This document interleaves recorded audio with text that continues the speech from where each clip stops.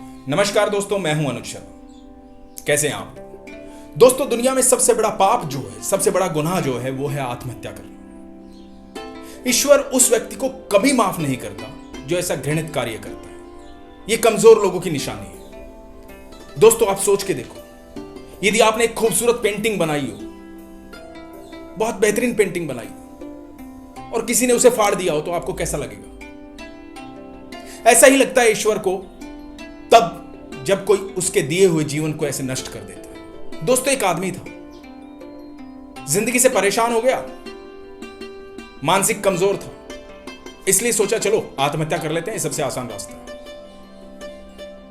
दोस्तों, बिना कुछ सोचे समझे वो आत्महत्या करने के लिए चला गया।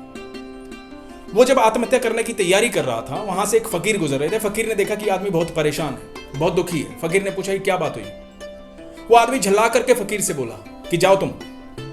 फकीर शांत स्वभाव के थे। फकीर ने कहा कि नहीं, बताओ मुझे क्या परेशानी हुई, हो सकता है मैं तुम्हारी परेशानियों का हल कर दूं, मुझे बताओ क्या प्रॉब्लम है। तो उस आदमी ने बताया कि जीवन में जो कुछ भी कर रहा हूं उसमें असफल हो रहा हूं, जो कुछ भी करता हूं उसमें कोई सफलता नहीं मिलती, जिंदगी में कुछ हो ही नहीं रहा।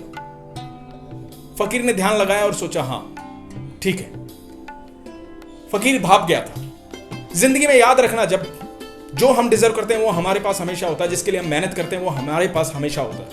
जिसके लिए हम मेहनत नहीं करते, सिर्फ सपने बुनते हैं, वो हमारे पास कभी नहीं होता, और उसके लिए दुखी नहीं होना चाहिए, क्योंकि दुखी तब हो जब आपने उसके लिए मेहनत की हो। तो फकीर भाग गया था कि इस आदमी ने जिंदगी में कितनी मेहनत की है, देखते हैं। तो फकीर ने कहा कि ठीक है, मैं एक घड़ा देता हूं, उस घड़े से जो कुछ भी तुम मांगोगे तुम्हें मिल जाएगा। उसके लिए तुम्हें मेरी 2 साल सेवा करनी पड़ेगी, लेकिन यदि घड़ा किसी दिन फूट गया तो वो सब कुछ जो तुमने घड़े से लिया होगा वो सब कुछ वापस चला जाएगा।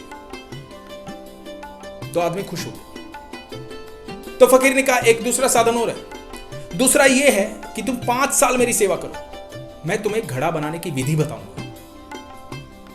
तो इस आदमी ने कहा कि नहीं नहीं नहीं, कौन 5 साल लगा रहेगा, मैं 2 साल आपकी सेवा करूंगा, मुझे वो घड़ा दे देना। तो इसने 2 साल उस फकीर की सेवा की, उस घड़े को पाने के लिए। 2 साल पूरे हुए, फकीर ने अपना वादा निभाया और फकीर ने उसको वो घड़ा दे दिया। वो घड़ा ले जाकर के उसने एक्सपेरिमेंट किए।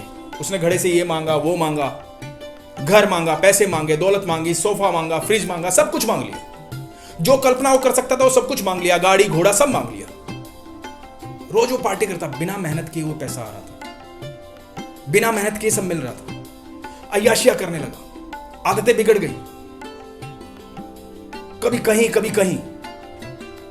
हर वो शौक पूरे कर रहा था जो उसके स्वभाव में थे। दोस्तों, आदमी का स्वभाव बताता है कि उसके पास जब पैसा होता है या नहीं होता है तो वो कैसा होता है।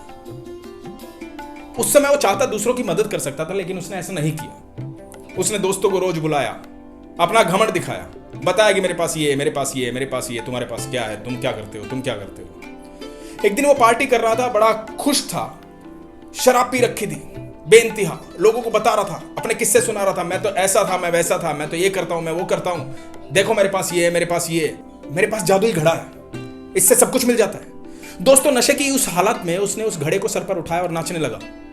फिसल गया और घड़ा गिर गया, घड़ा गिरकर फूट गया। वो सब कुछ जो घड़े से मिला था वो वापस चला गया, जैसा कि फकीर ने कहा था।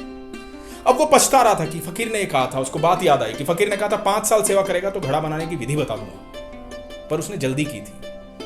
उसका जो लालच था वो उससे जल्दी करवा रहा था, तो उसने वो विधि जानना नहीं चाहा, तो इसलिए सब कुछ वापस चला। उसको वास्तविकता समझ में। दोस्तों, हम भी जिंदगी में क्या करते हैं कि हम छोटा रास्ता अपनाते हैं। हम सोचते हैं कौन इतने साल लगा रहेगा, कौन इतनी पढ़ाई करेगा, कौन इतनी ट्रेनिंग लेगा, कौन इतना क्या करेगा। छोटा रास्ता अपनाते हैं, ऐसा कर लेते हैं, ऐसा कर लेते हैं, ऐसा कर लेते हैं। याद रखना दोस्तों, आप जितनी ज्यादा मेहनत करेंगे उतनी बड़ी सफलता आपके पास होगी। आपका कर्म ही आपकी सफलता को निर्धारित करता है। कहीं भी जिंदगी में जल्दी ना मचाएं। किस चीज की जल्दी है? मेहनत से दिल लगा करके अपना काम करें। जितने दिन आपकी जिंदगी में इस तरह से आ रहे हैं कि आप लगातार मेहनत कर रहे हैं और उन परेशानियों का हल नहीं हो रहा, तो सोच लेना कि आपकी सफलता इतनी बड़ी होगी, इतनी बड़ी होगी, और ये सब किस्से कहानियां बन जाएंगे। आपकी सफलता की कहानी लोग सुनेंगे। आपकी परेशानी जो है उस दिन आपके हैप्पीनेस का कारण बनेगी, उस दिन आपकी खुशी का कारण बनेगी। तो खुश रहिए, मस्त रहिए। हरे कृष्ण।